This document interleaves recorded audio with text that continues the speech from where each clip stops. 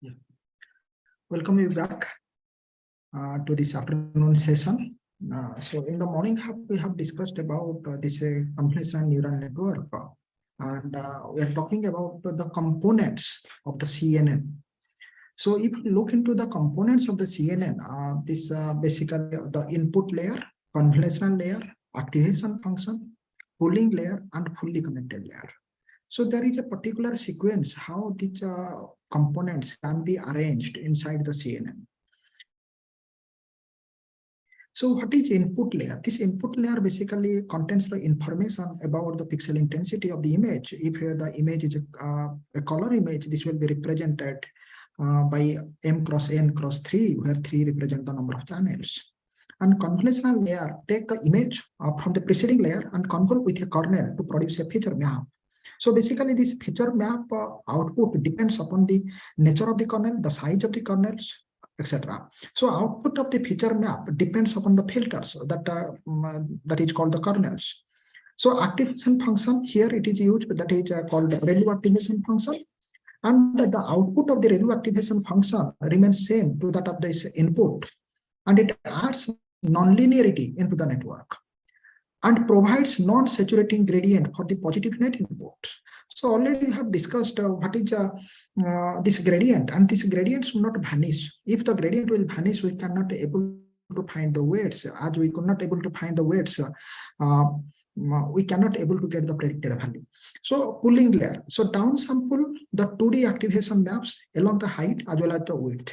Fully connected layer. Each neuron in this connected to all the neurons in the previous layer. So already I have shown this diagram in the previous class. So now we'll talk about each components of this CNN input layer. So the input, as already we have discussed, the input are nothing but the images, and the images are paired in form of batches in 4-dimensional tensor. So that will be represented as image index, image dimension, height, width, as well as the channel. Next, we'll talk about the convolution layer. This convolutional layer depends upon the filter size that is known as the kernel. So if we'll take the size of this filter that is equal to m cross n, then the convolution output depends upon the filter size, stride, as well as the padding. So what is stride? Stride basically represents the number of pixels to move in each spatial dimension, and padding represent the appending of zeros to the boundary of the image to control the size of the output convolution. So the convolution output is represented by this L dash, that is equal to L minus K plus 2P divided by S plus 1, where L is representing the size of the input image, and K is nothing but the kernel dimension or kernel size, and P is called the padding, and S is called the stride. So this can be represented in terms of a 2-dimensional representations. So if L is a 2 that is equal to m cross n dimension, and K is m small m cross small n. So this convolution output will be represented by L m cross n minus K mn plus 2P divided by S plus 1, where L is representing of the input layer, K is the length of the kernel or the filter, D is the depth of the or the number of the kernel, P is equal to padding, and S is the stride. So what is the advantages of this convolution? Basically, this convolution provides the feature output. That means the features from this input. So if we are taking convolution after convolution, then we can effectively extract the features from the input. So this is known as stacking convolution, and this stacking convolution is very effective in case of feature extractions. So as already I have discussed that there are many layers are present in case of deep neural network, and the layers which are very close to the input, they can able to extract some basic feature or fine features, and the layer which are very far away from the input can able to extract some coarse features. So the deeper the layers, the more and more coarse information can be extracted from the input. So that is the advantage of this convolution, but the convolution provides certain limitations. So now we look into what are the limitations of these convolutions. As already I have discussed, if we are performing convolution after convolution, we can extract more and more feature information from the input. If the limitation of the feature map in case of convolution layer can precisely record the position of the features in the input. What exactly it represents the precise recording the precise position of the features. If there is a small movement in the position of the feature in the input image, this will result in a different feature map. So this basically occurs due to this recropping, rotation, shifting, and other minor changes to the input image. What is the necessity that we are going for recropping or rotation or shifting or any kind of minor changes into input image? Already we have discussed this deep learning technique is very, very data hungry. It requires a huge amount of data for different sources. So basically in real life, the data or annotated data is very small or very small in quantity. So we have to generate more amount of data. So we have to perform recropping, rotation, shifting, as well as other minor changes to the input images so that we can feed more variant of data to this model. So in order to overcome this type of difficulties, that means the precise position features in the input image recording can be avoided by the help of this downsampling operations. So this, what is this downsampling operation represent? The downsampling operation represent a lower resolution of input that is created and contains the input and structure element without fine details. This can be achieved by changing the sprite. And there is a most important, robust, as well as common approach is used in case of deep learning that is called the pooling operations. So what is this pooling operations? This pooling operation is performed by the pooling layer, and this is added after the nonlinearity, that is the ReLU activation function. So this pooling operation is performed after this ReLU activation function. It operates on each feature map separately to create a new set of same number of pooled features. Summarizes a locality of an image being given by the kernel. There are different type of pooling operations are performed. One is called the max pooling. So the maximum intensity value of the locality is considered, that is known as the max pooling. Average pooling, the average value for each patch on the feature map is considered, that is known as the average pooling. Global pooling, this basically downsamples the entire feature map to a single value, and the pool size same as that of the feature map. Here I have shown on the convolutions. So the convolution network perform the convolution in place of matrix multiplication. So here there is an input matrix and there is a 3x3 kernel is given. So by the help of convolution, see this filter is placed over this input matrix and multiply the overlapping regions and summed off, and this will give rise to the output or the convolved output features. So how, so this is the convolution output features. So 2D convolution without kernel flipping. So this performed without the case of a kernel flipping. This kernel lies entirely within the image and called the valid convolutions. So this is the kernel. So this is placed over here. So this A is get multiplied with W, B is get multiplied with X, E is multiplied with Y, and F is get multiplied with G, and this will be summed up and it will give rise to the output.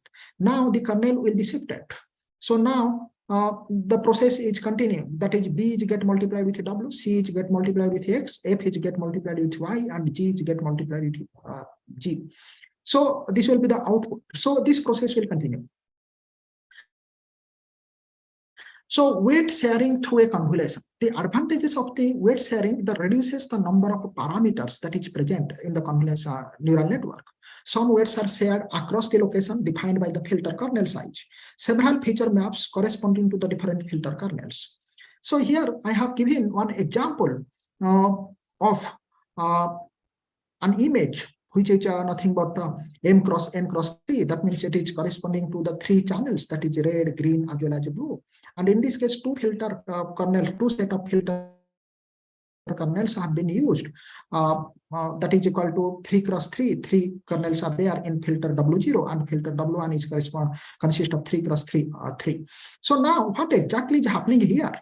So this first input is get multiplied with this kernel of this a second filter that is equal to W1. Similarly, the second input is get multiplied with the second filter of this W1, and third is get multiplied with the third, and they will be summed up and it will give rise to the output that is equal to 4. So the similar way, it can also be convoluted with the filter W0 and can give rise to the output that is equal to 3 cross 3 cross 2. So in this case, there we are talking about two filters. One is called W0, which dimension is 3 cross 3 cross 3, and filter W1, which dimension is 3 cross 3 cross 3. And when we are performing the convolution, the output that we are getting that is equal to 3 cross 3 cross 2. So this process is continuing throughout the whole input, and we are getting the output volume that is, or that is called your output that is equal to 3 cross 3 cross 2. So now we'll talk about this pooling operation, and we are talking about down pooling. So here I have taken one single depth slice, and we are performing a down pooling operation, down pooling the volume specially independently in each depth. As already have discussed, there are three types of pooling operations are basically people are using: max pooling, average pooling, as well as global pooling. So here we have considered one example of the max pooling operations of a max pool with a dimension of 2 cross 2. So in this 2 cross 2, the max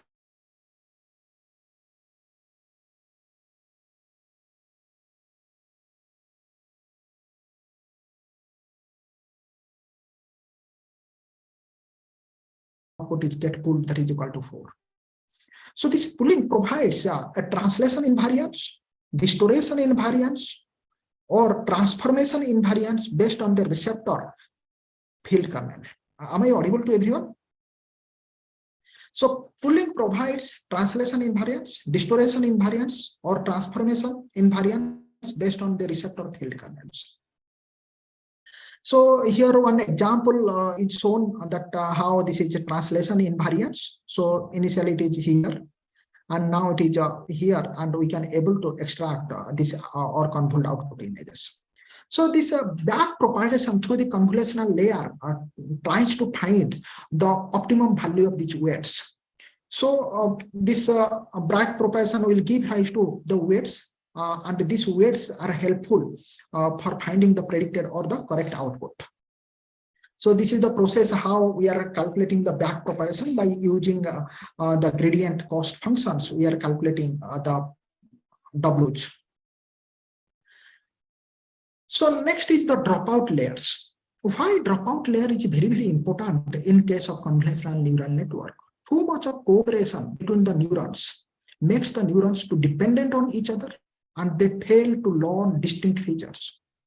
This basically leads to a condition that is called overfitting. In morning classes, we have discussed about what is called underfitting, what is overfitting. During underfitting, the training accuracy or training error is too low. And in case of overfitting condition, the gap between the training error as well as the testing error is too high. So in overfitting condition, the model can able to perform well for the training data, but may not perform well for the testing data. So this leads to, if there is too much of cooperation between the neurons, this gives rise to the overfitting conditions. And this overfitting condition can be overcome by the help of these dropout layers. And dropout avoids these overfitting conditions. Training a neural network with a dropout is training a set of different neural networks where each network seldom gets trained. So here I have shown one example of this dropout, that this last layer is nothing but the input, and this top layer is the output layer. So in between the second and third layer, some of these neurons are get dropped, as well as first in or input is also get dropped. So generally people are using 25% to 50% of dropout. Now we'll come to the parameter calculations. So the deep learning process is very, very computational or computational. More computation is required for this deep learning process. So we have to understood what is these parameters and which are taking part in this convolution process, or in case of a convolutional neural network that will give rise to the computation, so that we can design one effective CNN network for our particular applications. So this parameter calculation of a CNN depends on certain parameters. That is size of the layer after convolution, activation size that is represented by the product of width, height, as well as the number of channels in the current layer, And this activation size is represented as the width into height into channel. And this represent your the feature map. So in this case, the feature map L dash is represented by L minus K plus 2P divided by S plus 1, as already we have discussed. So L is the length of the input layer, which has a dimension of m cross n. K is the length of the kernel or the filter, which has a dimension of small m cross small n, and P is the padding, and S is called the stride. So here I have shown a network which consists of different layers. That is the input image, and then we are performing the convolution. Then we are performing max pooling operations, convolutions, max pooling, convolutions. Then we are performing convolution, max pooling, fully connected, as well as softmax algorithm for the classifications. This is the popular network that is taken from this reference, that is AlexNet. So now which can able to classify 1,000 number of classes. So this is softmax, already we have discussed. It basically helps in classification process. So as we are talking about the parameter calculations, so from which layer we can able to calculate the parameters, or which layers are basically take part in parameter calculations. The number of parameters in a given layer basically depends upon the learnable layers. What do you mean by learnable layers? That means already we have discussed in case of regression that we are calculating the weights so that the y prediction will become equal to y, so that the error will become equal to very, very small. Our aim is to make this error to be very, very small, so that the prediction will become equal to almost equal to the y. So in this case, we are learning the weights, that is equal to w. So number of parameters depends upon the learnable layers, the layers which are giving rise to these weights, that is equal to w. So learnable layers learns a value of a filter by back propagation algorithm, that is learns its weights matrix parameters. So so now we'll talk about what are the layers which are basically taking part in the learning process. So if we look into the input layer, nothing to learn. That means the number of parameters is equal to, in this case, is equal to 0. So that means there is no parameter is learned by the help of the input layer.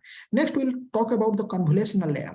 The convolutional layer depends upon the width of the filter, n, height of the filter, that is equal to n, previous layer, number of filters, d, or which is popularly known as the depth, filters in the current layer, k, bias term of each filter. So that means the convolution layer depends upon the width of the filter, height of the filter, the number of filters in the previous layer, that is depth, the filter in the current layer, k, and bias terms. So in this case, in case of convolutional layer, the number of parameters can be computed as m, So the number of parameters in convolution layer can be computed as m cross n cross d plus 1 into k, where m and n represent the size or the dimension of the kernel or the filter, and d represent the number of filters present in the previous layer, and k is representing the filters in the current layer.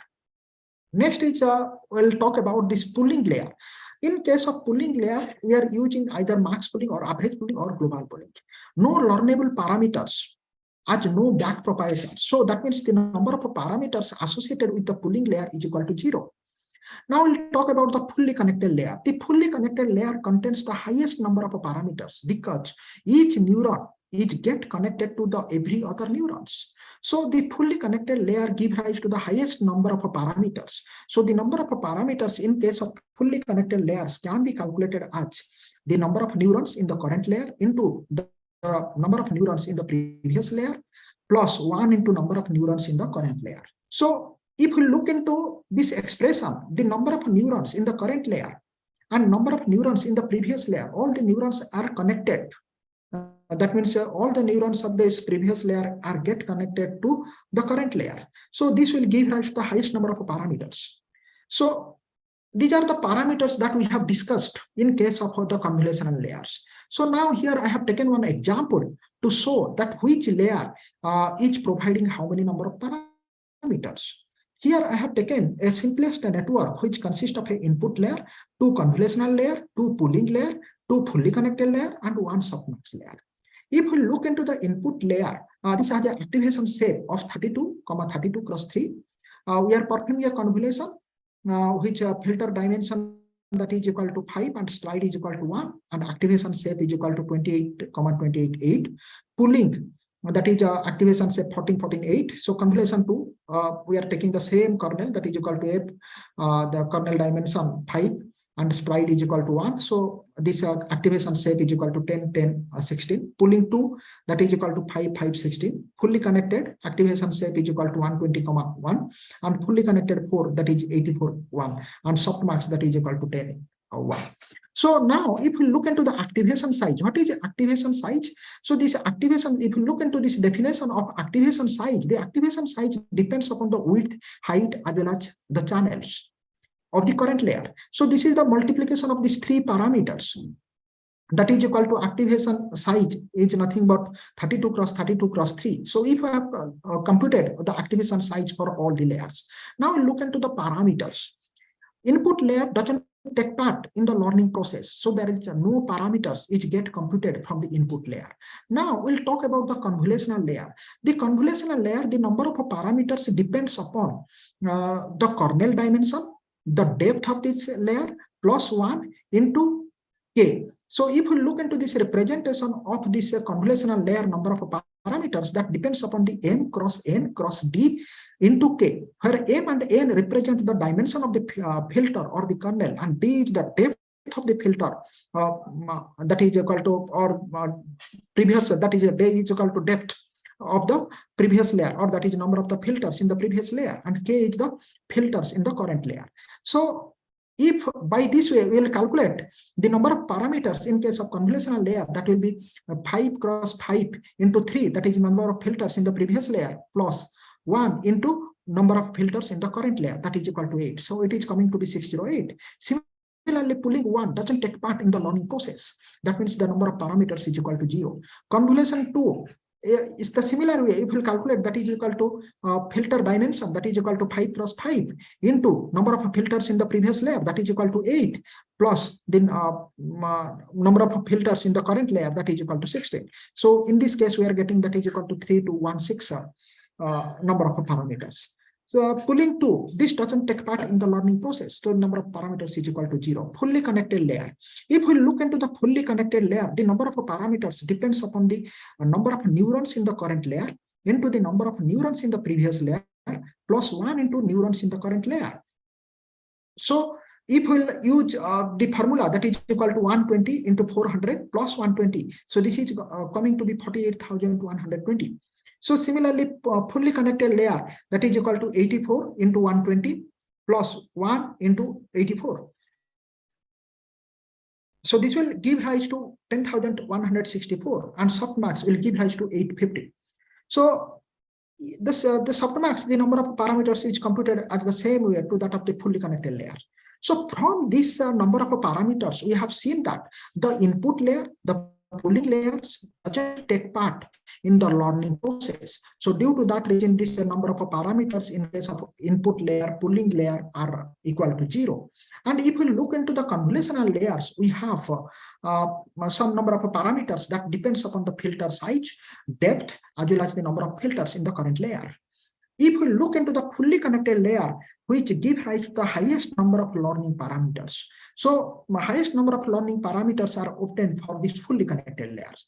So if we add all the parameters, that will give rise to the number of parameters for this convolutional neural network. But in case of deep neural network, we have many layers. We have large number of layers are present in case of deep neural network. And the layer which is very close to the input can able to extract some fine, as well as fine features like edges, or we can say the information from the pixels. And the layers which are very far away from the input, they can able to extract some coarse features. So here are some standard deep neural network architectures. So few of these deep neural network architectures are SqueezeNet, GoogleNet, ResNet 50, DarkNet 53, DarkNet 19, ShuffleNet, NASNet Mobile, NASNet Large, Exception, PlaceC 365, GoogleNet, MobileNet, DenseNet 201, ResNet 18, Inception, ResNet V2, Inception V3, ResNet 101, VGG 19, VGG 16, AlexNet, ReNet, UNet, SegNet, and PSPNet. So there are many kind of neural networks have been developed by the researchers for various kind of applications. So one network which is developed for one kind of applications may not be useful for other kind of applications. Am I audible to everyone? Am I audible?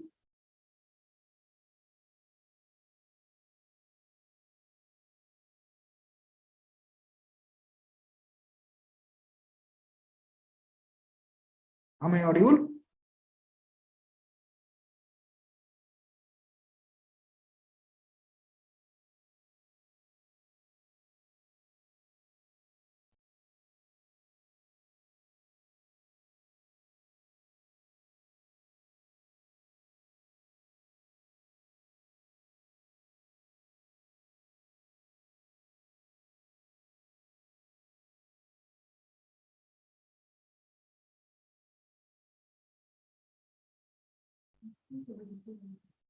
Yes.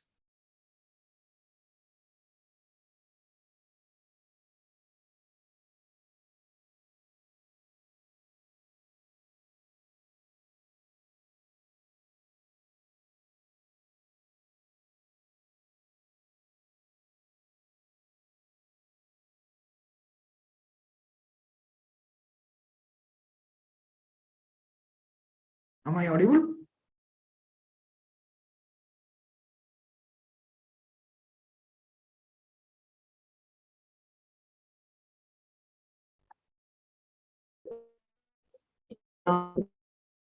Yes. Any response?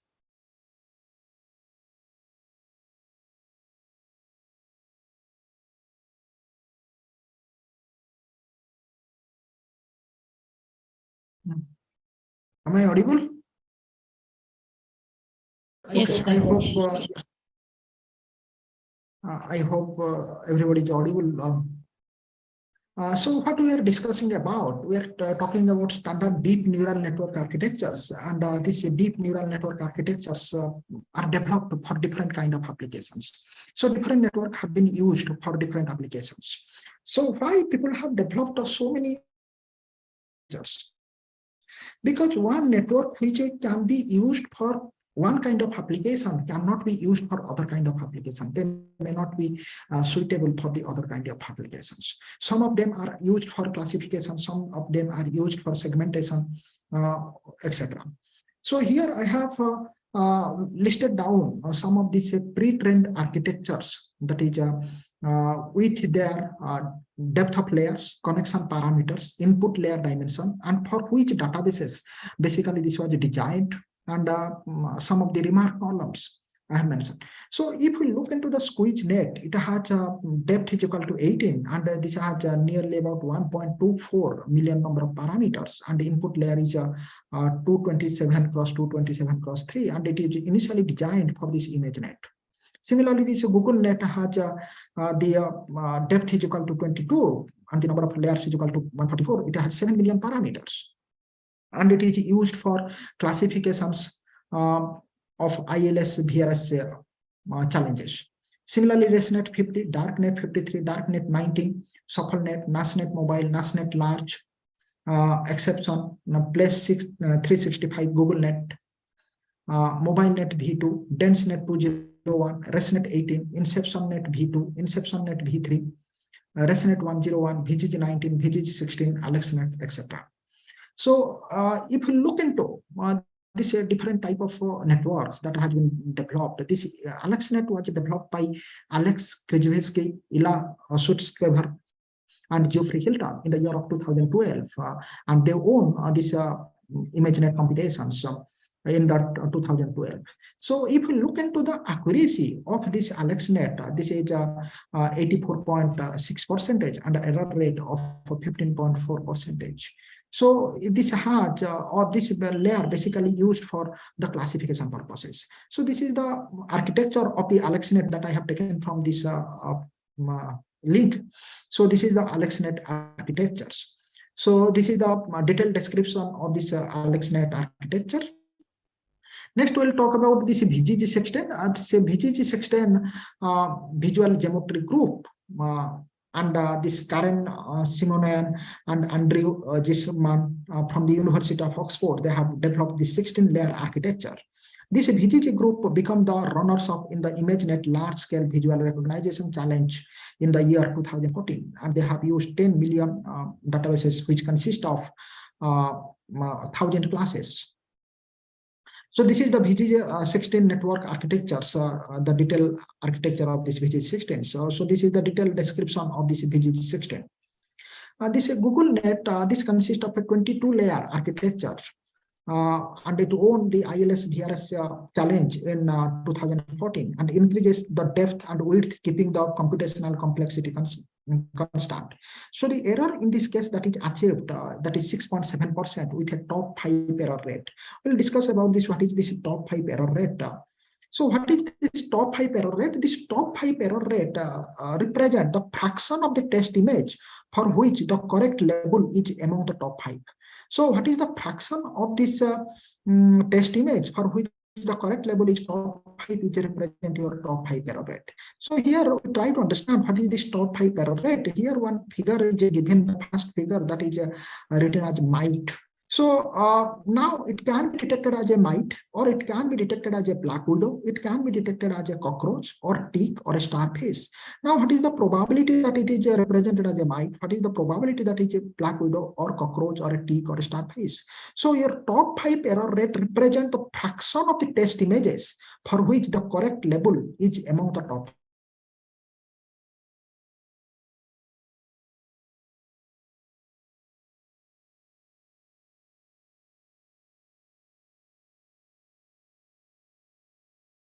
Is the fraction of the test image for which the correct label is the one judged most likely by the model.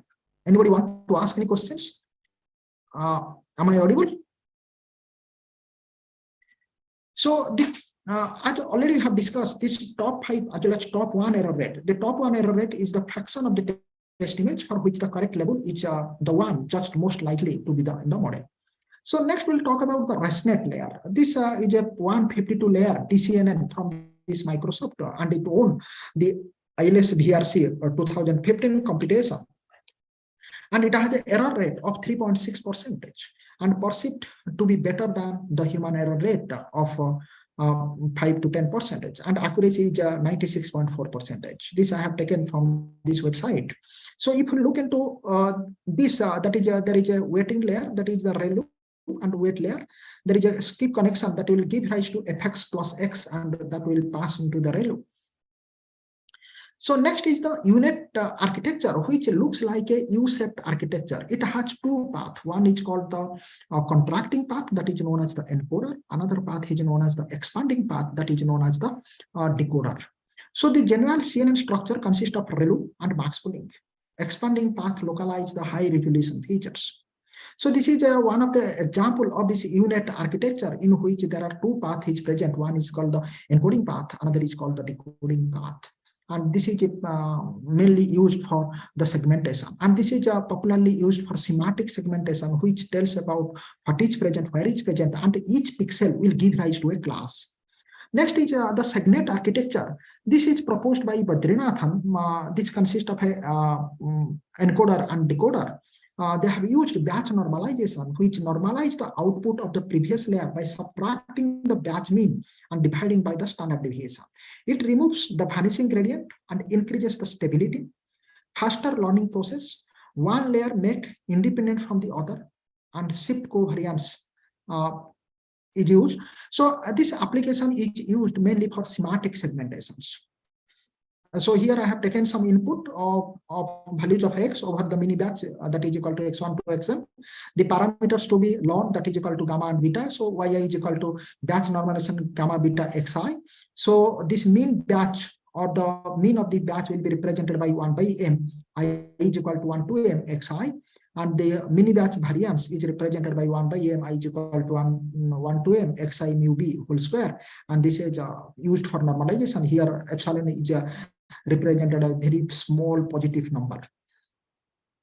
So batch normalizing transform applied to the activation of x over a mini batch.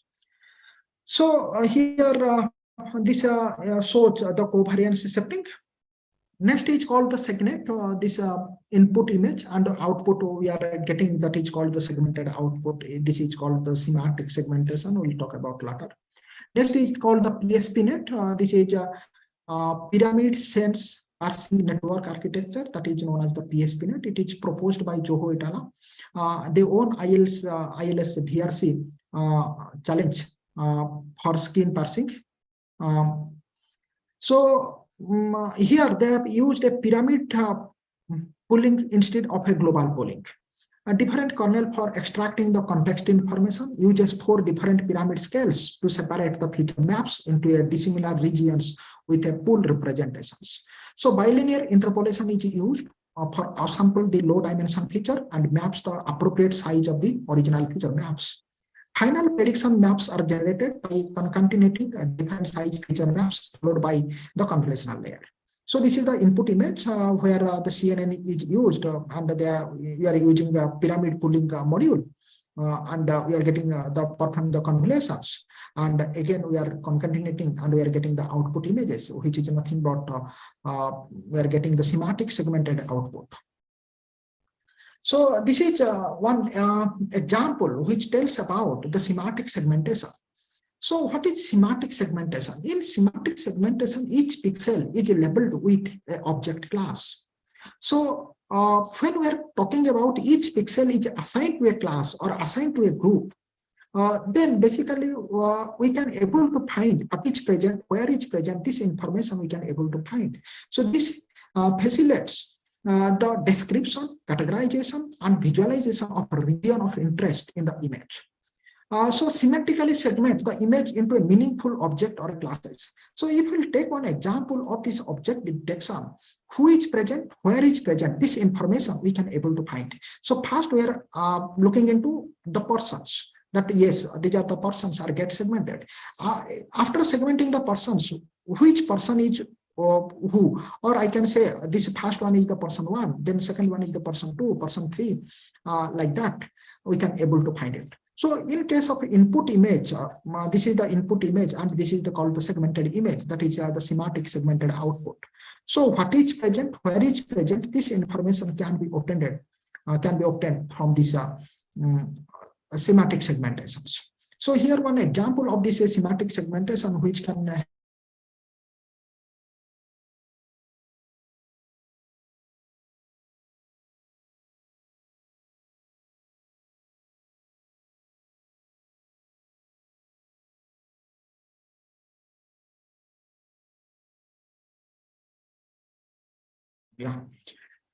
So how this semantic segmentation is performed, that has been shown in this slide.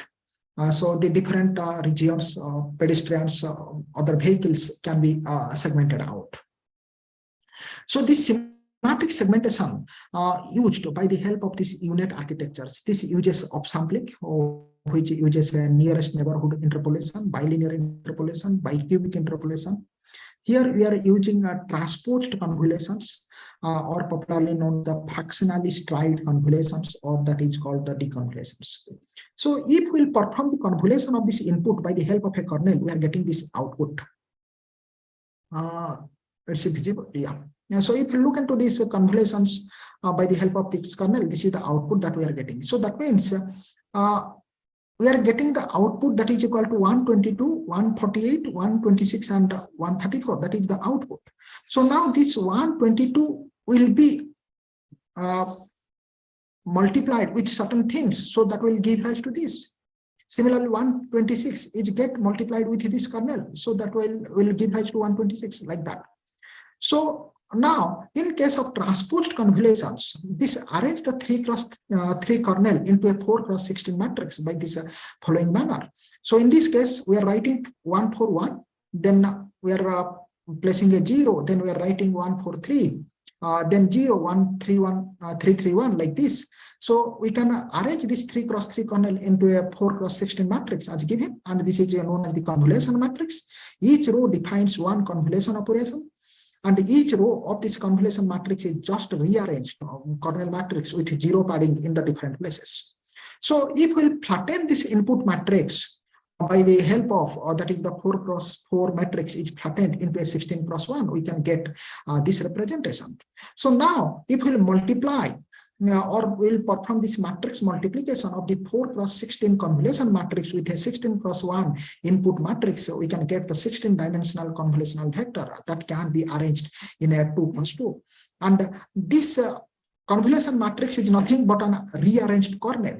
weights, and a convolution operation can be expressed using the convolution matrix. So this is what this transpose convolution represent.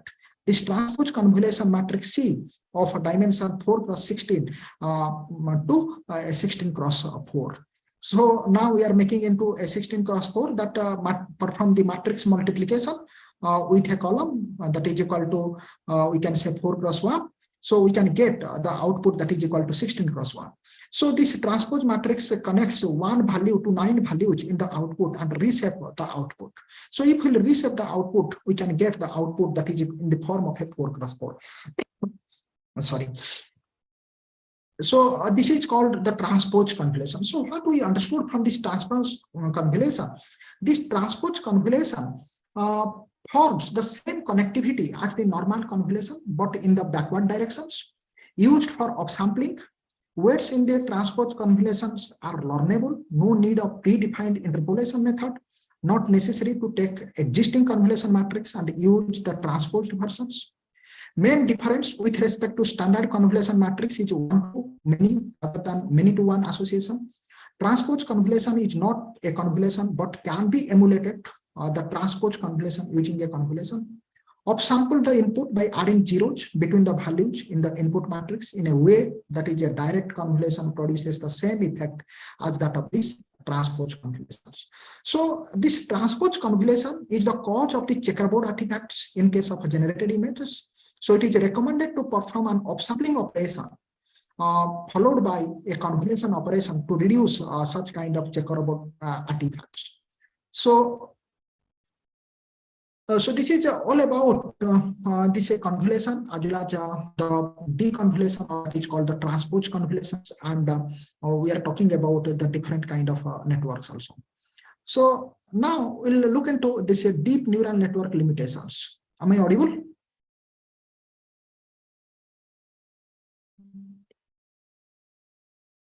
Okay.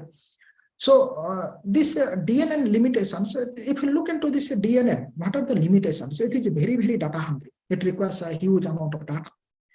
It is computationally intensive to train a longer or requires a longer training time. It can be easily fooled by the adversarial examples. That means a small intentional feature perturbation that cause a machine learning model to make a false prediction subject to algorithmic bias, poor at representing uncertainty. So uninterpretable black boxes, difficult to trust, require expert knowledge to design and fine-tune the architectures. So these are few of these limitations, and these limitations can be overcome by the help of the use of these blockchains. So this artificial intelligence is used for medical images for segmentations. Here we have shown one of the segmentation output of this fundus image where we have used a unit or you have used an unit architecture for segmenting the blood vessels as well as the optic disc for the diagnosis purposes. So this is the unit architecture that has been used for this purpose. So the common DL packages that have been used in case of deep learning are Torch, that is computing framework with a underlying C implementation, and Logit as the scripting language. This is released in 2002. Theano. Similarly, Cafe, CUDNN, MaxNet, and Python. So in order to perform this kind of deep learning applications, we require a huge computing power. That means we are requiring a GPU, that is graphical processing unit, used initially for the kind of gaming, and deep learning uses the matrix multiplication and convolution for forward as well as backward propagations. GPUs are good at matrix multiplications. Common GPUs that people are using for many kind of application, that is NVIDIA GTX Titan XG, NVIDIA GTX Titan X, NVIDIA GeForce GTX 1080, NVIDIA GeForce GTX 1070. So these are the things that we have discussed now. Till today, we have discussed about the blockchain as well as what are the advantages of blockchain and how this blockchain can be used for deep learning purposes. In this case, we have started our discussion from this blockchain. We have discussed about this machine learning, artificial neural network, deep learning, as well as we have seen one of these applications for these medical images. So in next class or next lecture class, we'll discuss about how this blockchain-based deep learning frameworks can be categorized based on 7 different parameters. And we'll talk about the deep learning frameworks by highlighting their strength as well as weaknesses. We'll talk about the research challenges that is present in case of deep learning. We'll look into the different taxonomy of a blockchain based on deep learning frameworks. Under this category, we'll talk about the blockchain types. Already Professor Vidyasagar have discussed about the public, private, as well as consortium blockchains. And already we have discussed about the different type of deep neural network models. And mainly we have focused on convolutional neural network, referent neural network, deep reinforcement learning, generative adversarial neural network, geometric deep learning. And we'll talk about this deep learning specific consensus protocols. And under this heading, we'll talk about block ML, the Coin, and proof of learning, as well as the application areas that we look into in this category. That is specifically we look into the healthcare, Internet of Vehicles, traffic management, safety and protection, and we look into the services, that is privacy preservation, violation prediction, anomaly detection, data traffic management, forking prevention, as well as EHR, electronic health record forecasting, and what are the data types that we are using in this case. One is called the textual data, another is the image data, and another is the medical data, that is the different medical signals. As well as we'll look into the deployment goals of this blockchain, as well as the deep learning, how these trusted AI models can be developed, AI decision sharing can be used, and we'll talk about some frameworks for data analysis, as well as disease classification, crowd sensing, crowd sourcing, etc. And we'll look into the certain of the challenges. So I hope this is a right time to take a break of 10 minutes. Then we can start our presentation.